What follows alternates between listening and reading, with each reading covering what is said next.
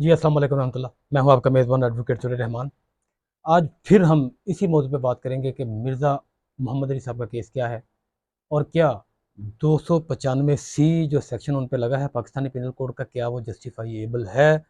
क्या इस्लामी नज़रियाती कौंसल ने जो उसको जस्टिफ़ाई किया है, स्टाम्प लगाई है उस पे और ये कहा है कि 295 सी के मिर्ज़ा साहब मुर्तकब हुए हैं, क्या उसमें कोई हकीकत है कि अभी भी स्टोरी सारी अबहाम पर ही मबनी है?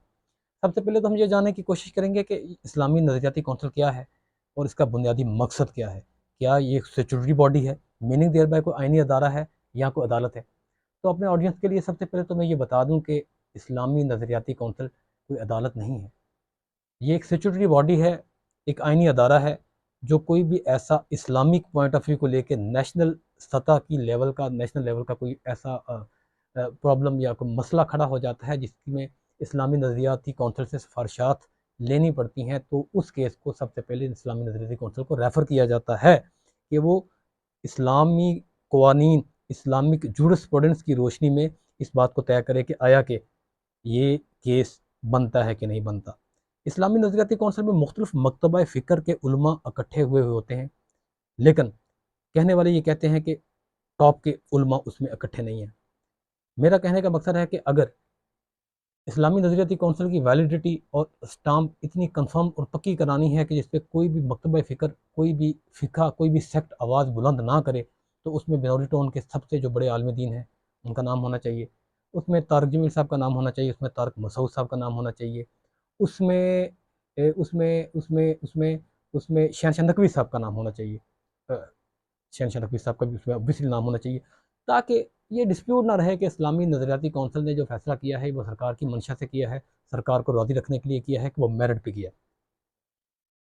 इस्लामी नज़रियाती कौंसिल को बनाने का मकसद तो ये है ना, क्योंकि हम इस्लामी जमहूरिया पाकिस्तान में रहते हैं और उसमें कोई ऐसा इशू क्रिएट होता है जो, ये इससे बढ़कर इशू कौन सा होगा कि आपने इंजीनियर मोहम्मद अली मिर्ज़ा साहब को तौहीन रिसालत सल्लल्लाहु अलैहि वसल्लम का मुर्तकब करार दिया। 295 सी, 295 सी जैसा घनौना जुर्म उन पर थोप दिया गया इंतहाई माजरत के साथ। तो कैसे सोच सकता है कि मिर्ज़ा मोहम्मद अली अपनी ज़िंदगी में कभी भी जो रिसालत का परचम उठा के गली गली कूचे कूचे फिर के 20 25 30 साल में उसने इस कौम को ये शाऊर दिया। उनका एक डायलॉग है कि तुम्हारे बाबे तो शाही कोई नहीं, मेरे नबी का तो है ही कोई नहीं, इसी तरह का मिलता जुलता है। यार ये देखें उस बंदे को, ये बंदा तौहीन रिसालत का मुर्तकब हो सकता है? आप किसी की स्पीच में से एक पारा, एक सेंटेंस, एक जुमला निकाल के उसको सियाको सबाक से हट कर पेश करें और कहें ये 295 सी का यानी कि तौहीन रसालत सल्लल्लाहु अलैहि वसल्लम, मेरी माँ जान उन पे कुर्बान, नबी वसल्लम की शान पे उसका मुर्तकब हुआ। कैसे पॉसिबल? क्या स्टूपिडिटी है ये। इस तरह तो जितने भी हमारे जय्यद उलमा हैं उनकी ज़िंदगी की पूरी अगर ऑडियो या वीडियो क्लिप्स निकाले जाएं और उनमें से कोई एक आध पारा, और इसमें बड़े बड़े मज़े की बात एक और भी है। इस्लामी नज़रियाती कौंसिल ने यह फरमाया है कि आप यानी कि इंजीनियर मोहम्मद अली मिर्ज़ा साहब नकल कुफर के मुर्तकब हुए हैं।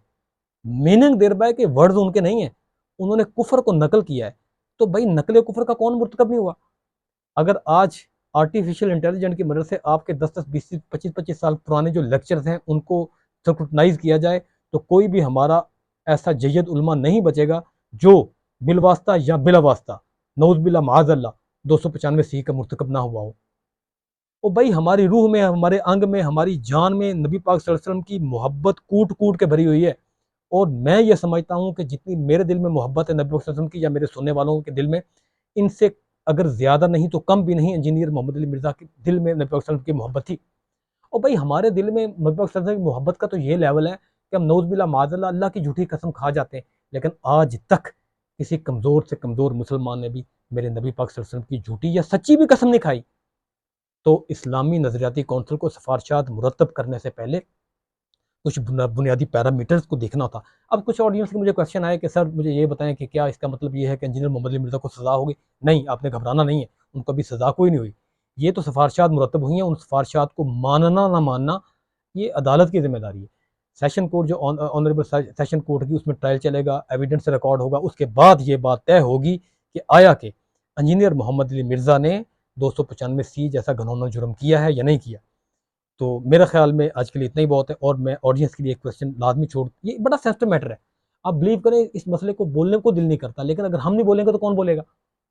अगर हम नहीं बोलेंगे कि इस्लामी नज़रियाती कौंसिल को रिकॉन्साइल करना चाहिए अपनी इस जो उन्होंने ये जस्टिफाई किया है कि 295 सी के ज़ुमरे में इंजीनियर मोहम्मद अली मिर्ज़ा साहब आते हैं, तो कौन करेगा? मैं पढ़े लिखे बाशऊर तबके से ये गुजारिश करता हूँ कि इस तरह ना करें। इसके लिए आप, मैं ये नहीं कहता कि उसके लिए आवाज़ बुलंद करें, आवाज़ बुलंद करने वाला तो ये दौर ही कोई नहीं है। ये इस तरह की बातें करने से भी मेरा ख्याल में कि हम इस तरह के किसी जगड़बंद में फंस जाएंगे जिससे जान छुड़ानी मुश्किल हो जाएगी। एनीवेज, ये हमसे सीखने लिए, इसके लिए हमारे पास सीखने के लिए बहुत कुछ है कि आप अपने लफ्ज़ का चुनाव ज़रा बेहतर रखें। कोई भी मैटर हो, कोई भी मसला हो, कोई भी आप जज्बाती हो ना, हर मुसलमान जो देखिए मुसलमान का जब नाम आता है तो हम जज्बाती हो जाते हैं। मैं जज्बाती हो जाता हूँ, आप जज्बाती हो जाते होंगे। कौन जज्बाती नहीं होता? क्यों? कौन सा बंदा इस दुनिया में जिसके दिल में नबी पाक सल्लल्लाहु अलैहि वसल्लम की मोहब्बत नहीं है? लेकिन आपने 295 सी को गली में बेचने वाला चूरन मंजन समझ लिया।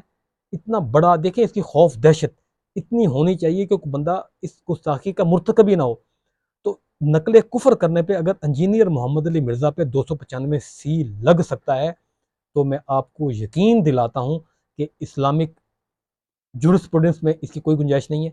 और इसके अलावा इस्लामी नज़रियाती कौंसल के जो जय्यद उलमा कराम है, भले वो मैं हूँ या आप हों, हम भी किसी न किसी दिन 295 सी के ज़ुमरे में आ जाएंगे, अगर पैरामीटर यही रहे जो इंजीनियर मोहम्मद अली मिर्ज़ा साहब के केस में बने हैं। कौन से जो जैयद हमारे आलिम दीन है जिन्होंने इन्फोर्स किया, इंडोर्स किया कि उन पर एफ आई आर ठीक हुई है 295 सी की? तारक मसूद साहब ने फतवा दे दिया कि बिल्कुल गलत हुआ है। तारक जमील साहब ने फतवा दे दिया कि बिल्कुल गलत हुआ है। शहनशाह नकवी साहब ने फतवा दे दिया कि बिल्कुल गलत हुआ है, 295 सी नहीं बनती। और जो इस्लामी नज़रियाती कौंसिल में बैठे हुए हमारे जैयद उलमा हैं, उनको कम से कम इन जो उन्हीं के मकतबा फ़िक्र के आलिम दीन है और क्रेडिबिलिटी रखते हैं, उनकी बात पे कान ज़रूर धरने चाहिए थे। अभी भी मुझे पता चला है बावसूख ज़राए से कि इंजीनियर मोहम्मद अली मिर्ज़ा साहब इस्लामी नज़रियाती कौंसिल के इस फैसले पर अपील में जा रहे हैं। तो अगर वो अपील में जाते हैं तो रिकॉन्साइल करने का बहुत अच्छा मौका है इस्लामी नज़रियाती कौंसिल के पास, उनको कर लेना